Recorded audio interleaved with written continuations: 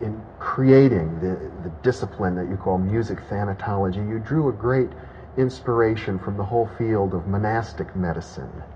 Yes. And we talk about that. I guess it was really in the Middle Ages that the very phrase, the art of dying, was coined.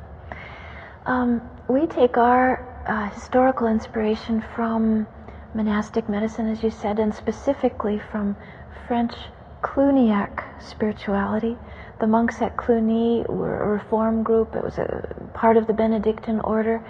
And the Cluniac spirituality came into the world and spread throughout Europe over a period of about 200 years. In particular, it's the 11th century documents that carefully, painstakingly delineate many details of monastic medicine. And this particular medicine has so much in common with what we call today palliative medicine. Mm-hmm. It anticipates palliative medicine by almost 800 years. Can you define that word, palliative? Yes. Palliative medicine, the word pallium is Latin for to cloak.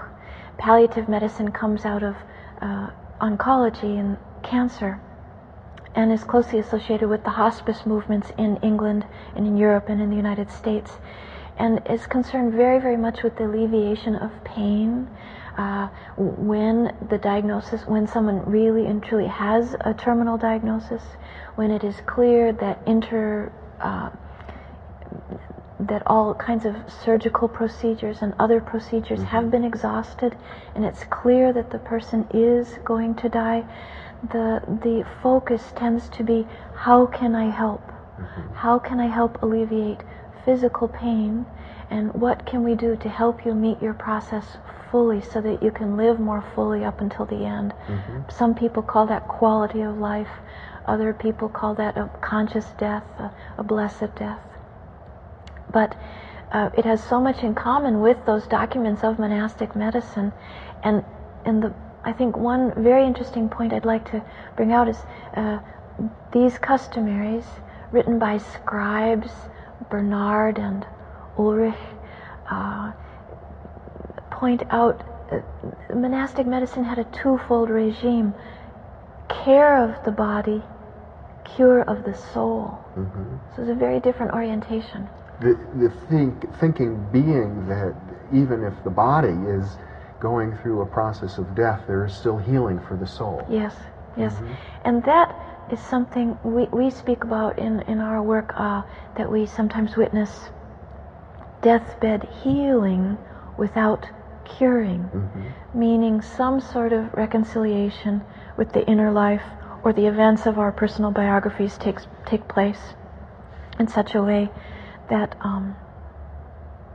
the issues of finishing up the important details, perhaps asking forgiveness, completing the details with people with whom our relationships have become fractured or broken, telling the people we love that we love them, doing the inner work of letting go. These things are all part of the care of the soul, and allow a person to go increasingly into the inner work mm-hmm. of dying in such a way that it's a conscious or blessed mm-hmm. or peaceful experience, one that one isn't fighting. Mm-hmm. Yeah. Do you consider, although your work is medical, you're at a hospital and academic, you're the dean of a program in music thanatology, you consider this work also, as I understand it, to be a spiritual discipline?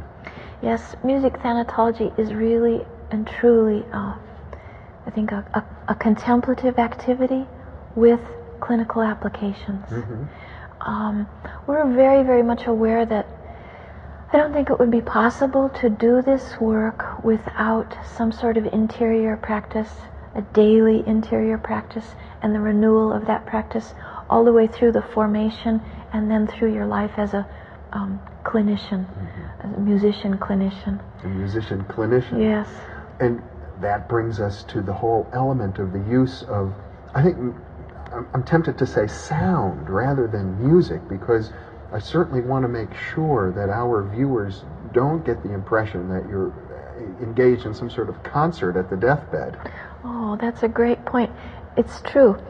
It is very, very different from the kind of training that you receive if you get a degree in a performance practice, like a degree in piano, a degree in cello, or if you go through conservatory training, which is all about performance practice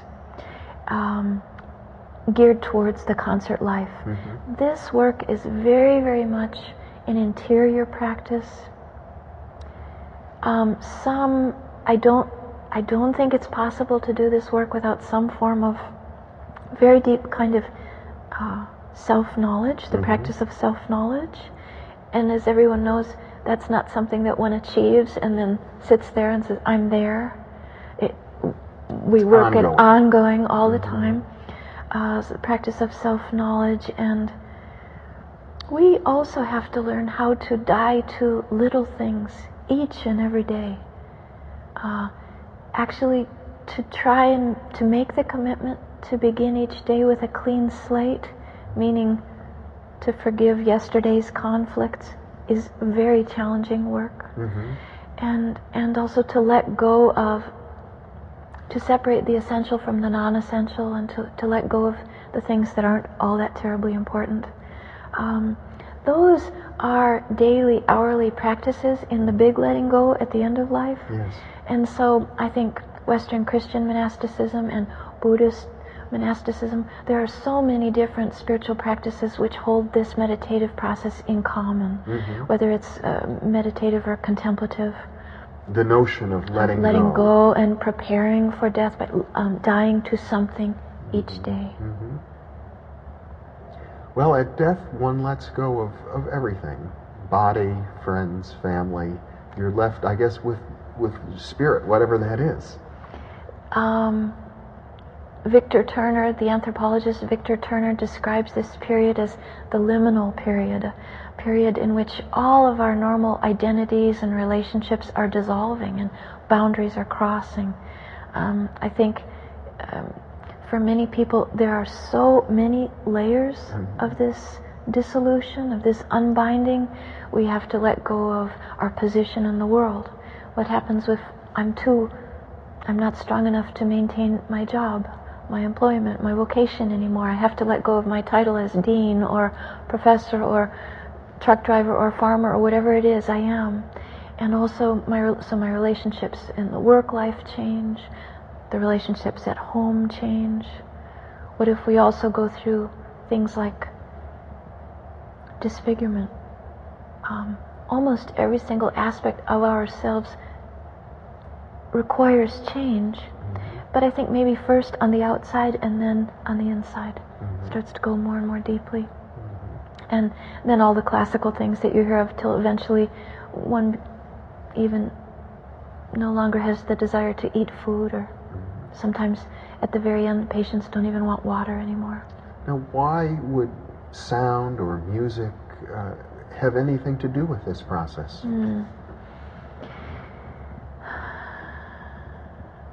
I think maybe our greatest contribution to the field clinically has to do with the understanding that the music that we play, which we refer to as prescriptive music because it's individually suited for each person.